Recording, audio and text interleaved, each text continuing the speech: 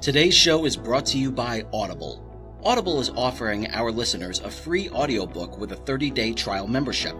If you've never been an Audible customer and want to see what they offer, just go to www.audibletrial.com/Excelsior Journeys and browse the unmatched selection of audio programs. Download a title for free and start listening. It's that easy. Why Audible? Audible content includes an unmatched selection of audiobooks, original audio shows, news, comedy, and more from the leading audiobook publishers, broadcasters, and entertainers. And with this free 30-day trial, you'll have your pick of it all.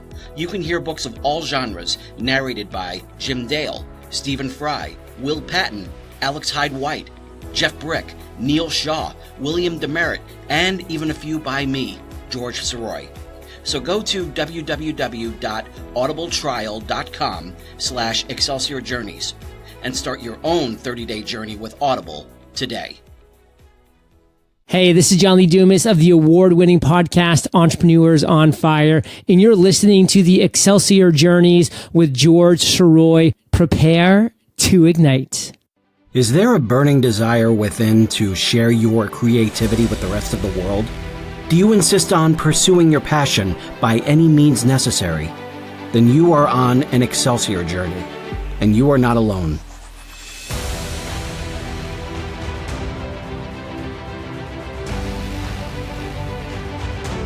Welcome back to Excelsior Journeys. My name is George Sirois. Thank you so much for being here.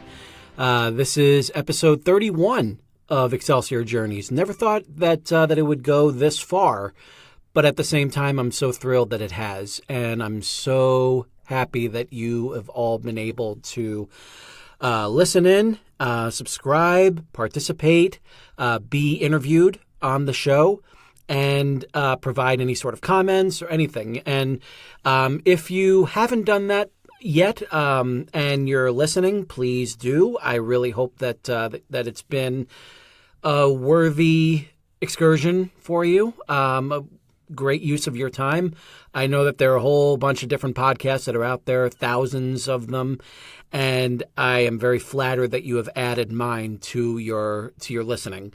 So what I wanted to do this particular week is I wanted to make up for the fact that because of my very crazy schedule this particular week, I have not been able to actually sit down with a guest this time around. So I wanted to create a little AMA, a little Ask Me Anything. And I reached out to people on Instagram, on Twitter, on Facebook, and finally wound up getting a few responses, and I was very happy about that. So that meant that I had some material to work with here.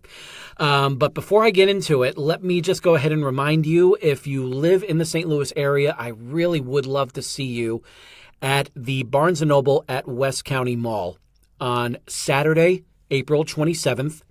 I'm going to be there with my fellow Aloris Publishing author, Rebecca Jaycox, who, if you are aware of this, is also my editor, and a great one as well. I can honestly say that Excelsior and Ever Upward would not be where they are if it weren't for Rebecca's input and for her tough love. She is very good at it. She will tear you to shreds. She'll do it with a smile. But at the same time, all of her ideas, all of her suggestions, all of her questions, they're all worth it. And because they just force you to become a better writer. And that's something that I would definitely say is something that I can apply to all editors that are out there. All the really good editors that really make a point to help their authors, to help their clients. And Rebecca does that in spades. I would wholeheartedly recommend her to anyone who is looking for an editor. And I really, really appreciate all her work. And I'm thrilled that she is doing so well with her series, which is The Other Inheritance, and its sequel, The Other Queen. She is very busy on The Other War. She is doing very, very well with her drafting of that, and hopefully she'll have that done before the end of this year. I am, in the meantime, I've stalled quite a bit with part 3 of the Excelsior Journey, which is called Greater Glory. There's a lot that I want to do with this, but at the same time, I want to make sure that the length of this one is about the same as the first one, not so much as the second one. Those of you who haven't seen Ever Upward on the bookshelves yet, it's definitely a larger story. It's a deeper story. It goes further into the Excelsior mythology, and it's definitely darker. And all 3 of those goals were met very well, I should say, with Ever Upward. I'm very, very proud of how that turned out.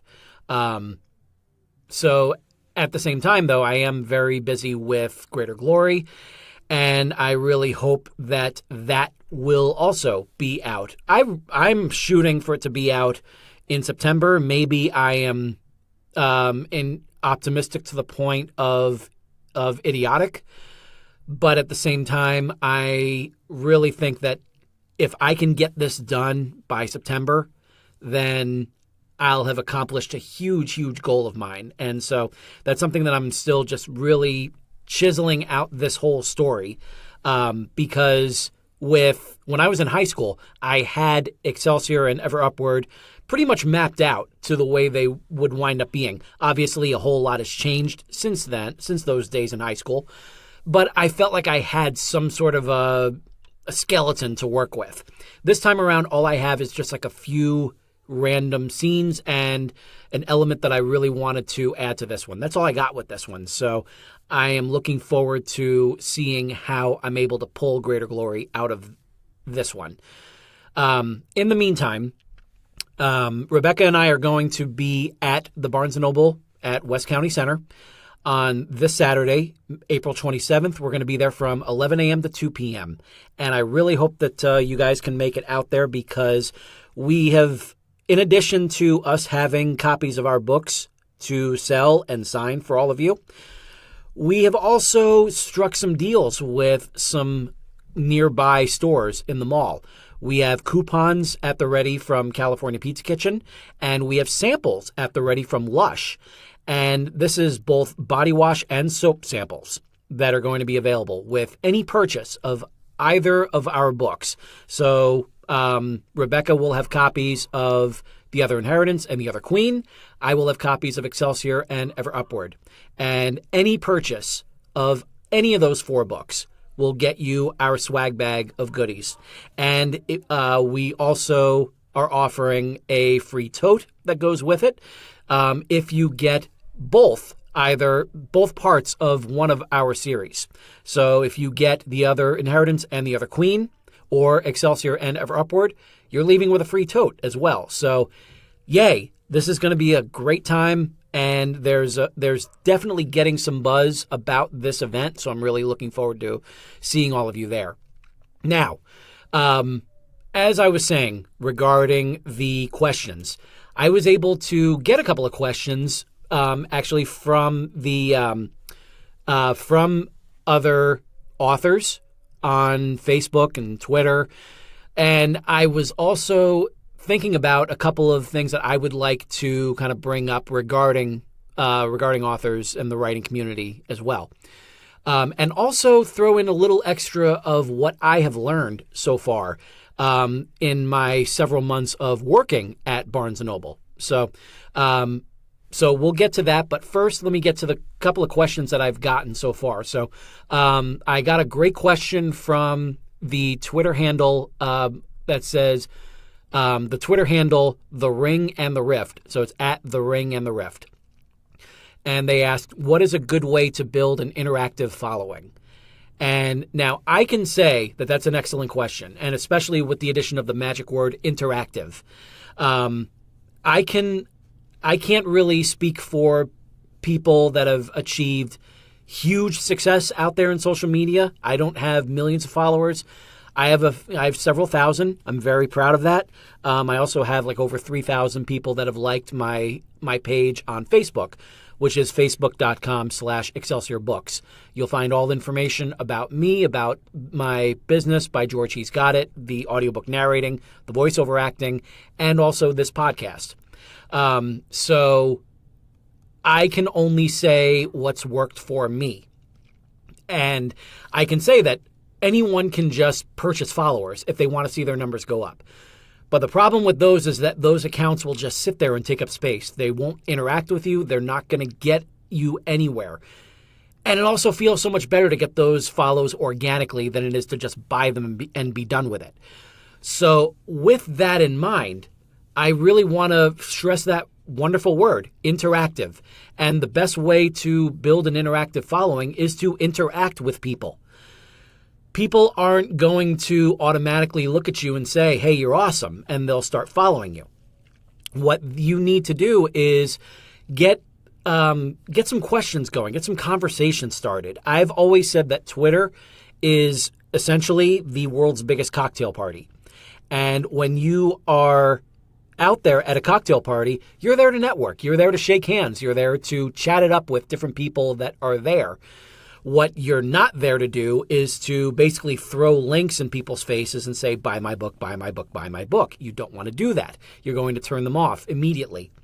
And you definitely don't want to do that after they take the time to follow you and send that in a direct message.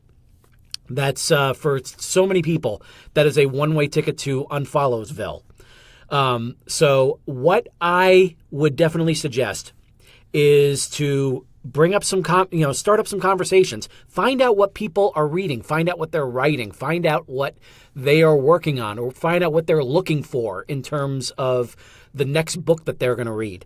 There are some great hashtags that are out there. There's hashtag #amwriting, which is the # and then #writing, AM and then writing. And that has been a great one. You can basically just ask, like, hey, what's your work in progress, or WIP or WIP, whatever you want to call it. Get the conversations going to talk, let them talk about their books, or find out what people are reading, find out what they really like, what's their genre of choice, because who knows, you just might wind up chatting with someone who is looking for your book. So I would definitely say, just start some open-ended conversations, different things where you can throw in something to fill in the blank, or throw out your opinion on a specific book or something, or ask for other opinions about the book. And get the word out there. The more people you chat it up with, the more you're going to find that you're going to be enjoying yourself. And hey, you haven't mentioned your book yet. And as time goes on, you'll be able to kind of sneak in a little, some references to it every now and then. Now, I'm not saying never post a link, but I'm saying that you don't want that to be the overwhelming arc of your Twitter handle, of your Twitter feed. You want to get some chatting going on there. And also you want to respond to other people when they're taking the time to respond to you. And you can go ahead and just chat it up with them and everything. If they start following you, you can go ahead and tag them and say thank you for the follow.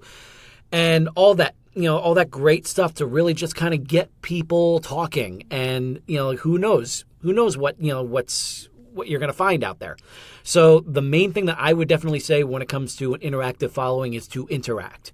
When it comes to talking about your book, you can do a few things. You can drop the book trailer so that way people can see the video. You can put in the log line. You can even ask other writers, does this log line work? And you can even throw in a little sample of your work.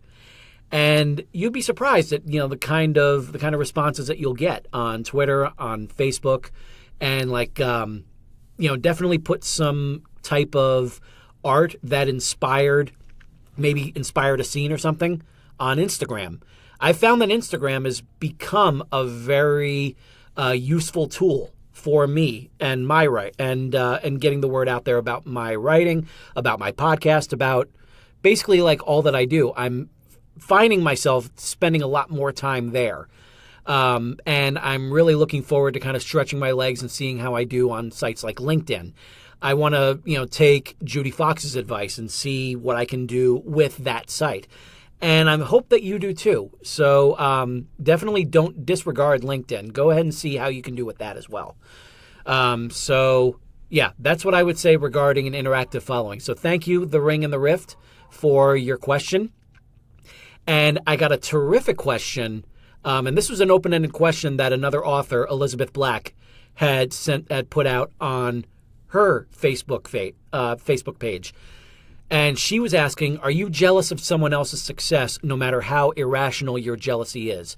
Do you feel schadenfreude when another writer has a rough time or gets a rejection? How does jealousy affect your self-esteem as a writer?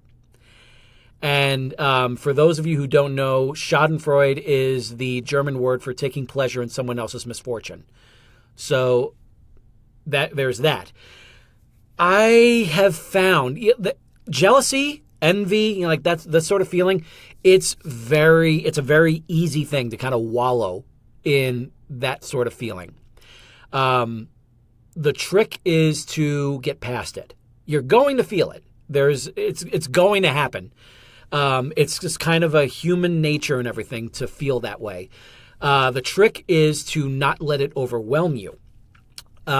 You definitely don't want to feel like, like when another writer has a rough time or gets a rejection.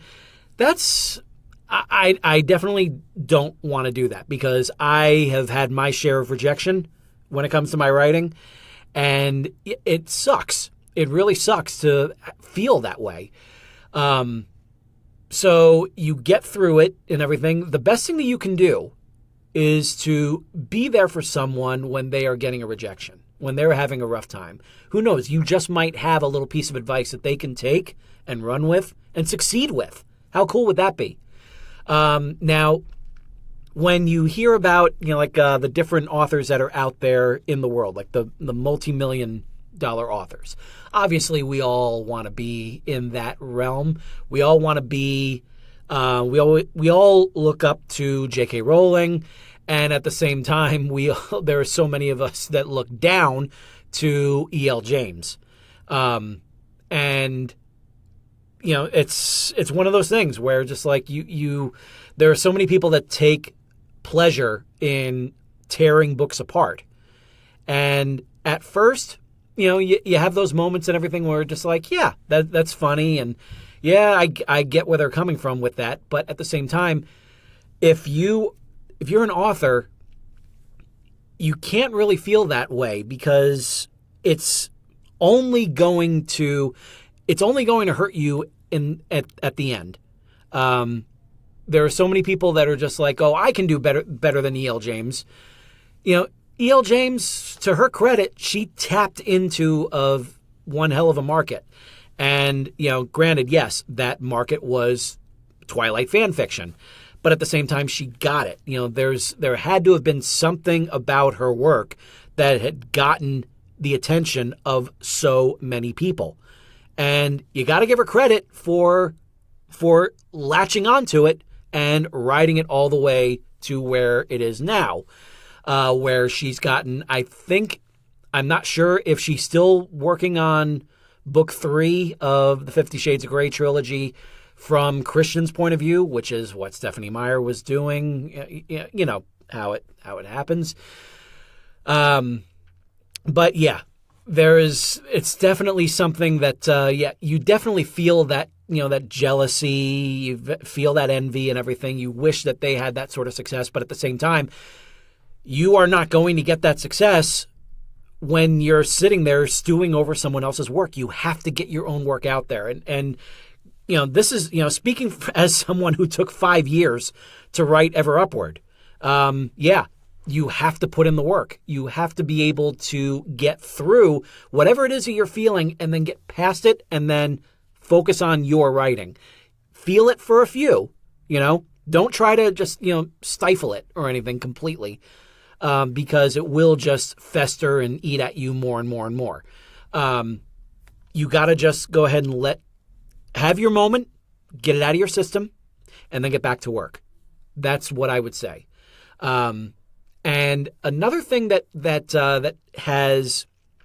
one of the things that I was, really thinking about, was when I want to say, for the past, couple of years or whatever, I've been hearing a lot from different authors that are very leery to put any sort of best-selling author status on their name.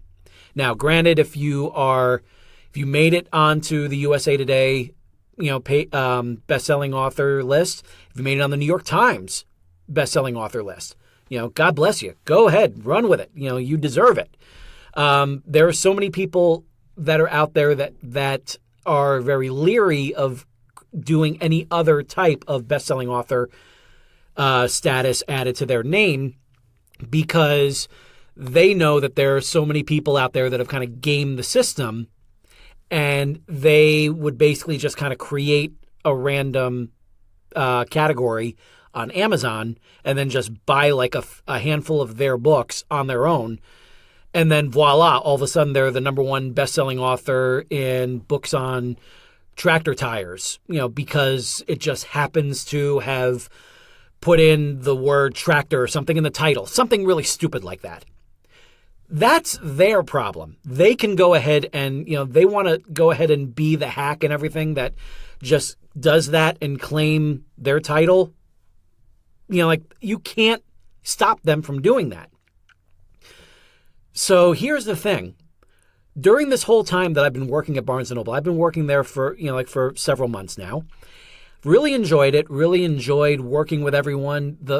All the employees have just been absolutely awesome to me. And everyone has been so friendly. Everyone has been so welcoming. And it really means a lot to be there in terms of kind of like you want to, how I believe Run from Run DMC said, you want to go, I want to go where I'm celebrated, not where I'm tolerated. And I definitely feel celebrated there. I really feel like everyone there has become become very good friends to me. I really appreciate all of them, and I really appreciate them giving me this chance to be there. And I'm glad that I'm doing such a good job for them there. Now, with that in mind, one of the things that I have noticed is that a lot of customers that are there, they look at that best-selling author status, whether it's a New York Times bestseller, whether it just says international bestseller or national bestseller or whatever. They look at that and they respond to that.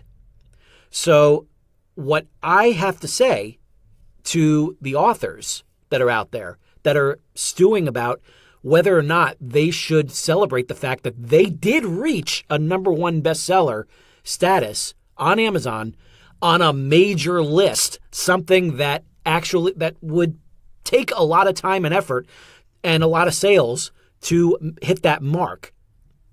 If you hit that, then by all means put it out there. Let people know that you are a best-selling author, because that does count. Now, I'm not saying, to create a category and then just do what the hacks do. If you have been a part, either like a part of a promotion or, God willing, your book, just knowing that it's out on pre-order and has already gotten so much momentum that, boom, it's gotten that number one best-selling author status already, fantastic. But you have to enjoy that. You have to embrace that. Because here's the thing, if you don't put in any value of yourself as a best-selling author, then the people that are out there that want to buy your book aren't going to see that, and they're not going to pay attention to you. So that's what I really need to make sure that my fellow authors know what they're doing when it comes to that. Now, there are people that think that that if they take part in one of those bundles that are out there, and that reaches a USA Today bestselling author status, then they just bought their way on there. That's not the case, because those things are curated by people that really know what they're doing. Yes, they're putting money into the marketing. They're putting money into the cover art. They're putting money into getting the word out there, into all the promotions, into BookBub, into Book Barbarian, Robin Reads, and all those great sites that do their part to let readers know what's out there. And you can't, like that's what the money is going to. It's going into promotion. So at the end of the day, you are not buying copies, a bunch of copies for yourself and distributing them to everyone. You're not doing that. You're putting the word out there. You're saying, hey, this is a great deal, or look at all these great authors that are here. And it's up to the people to go ahead and get it. Now, back in December, Excelsior had a BookBub promotion. And yeah, I was really anxious and hopeful that I would get enough sales to reach one of those USA Today lists, God willing, a Wall Street Journal, New York Times, whatever. And so I worked with my publisher and we set up some promotions, not only on the day that the BookBub was going out, but also for a couple days after that as well. And what we wound up doing, we wound up selling quite a bit. We didn't sell enough to reach the USA Today list or anything like that. But what happened was Excelsior was able to hit a very popular list at number one. And this was a list that, that I've been, hanging out in for quite a lot of time. And finally, for that period, for the day of the BookBub promotion, it hit number one in that category. And that little orange flag says number one bestseller that went on Excelsior. And you damn well know that I screenshot the hell out of that.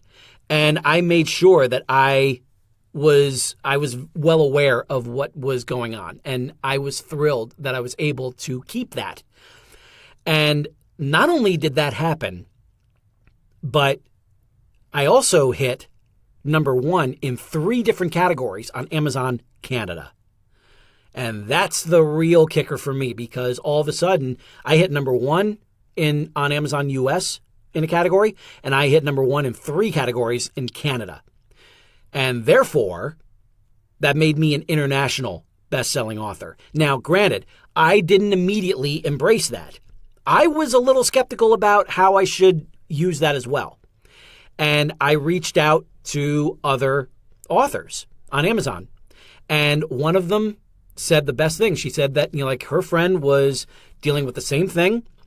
And she reached out to Amazon, and Amazon said that if you had that orange flag, then you can call yourself a best-selling author.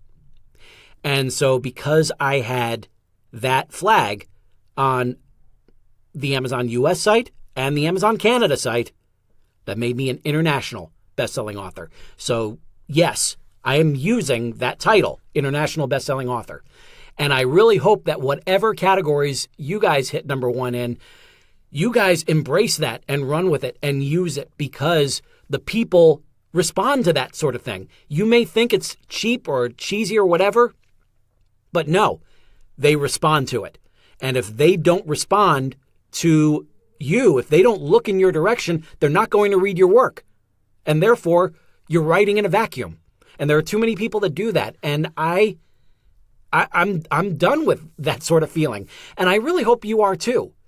So I'm going to go ahead and wrap this episode up right now. I'm making this a short one because I do have a whole lot of other work that I have to do, but I wanted to make sure that I got an episode in for this week. So I really hope that all of you are enjoying this ride that I'm on with Excelsior Journeys.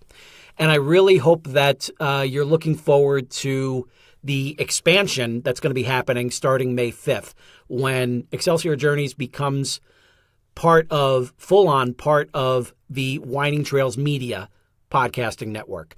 And if you subscribe to Excelsior Journeys, then you're going to have access to the syndicated episodes of Right Pack Radio, as well as other podcasts that are coming out throughout the week.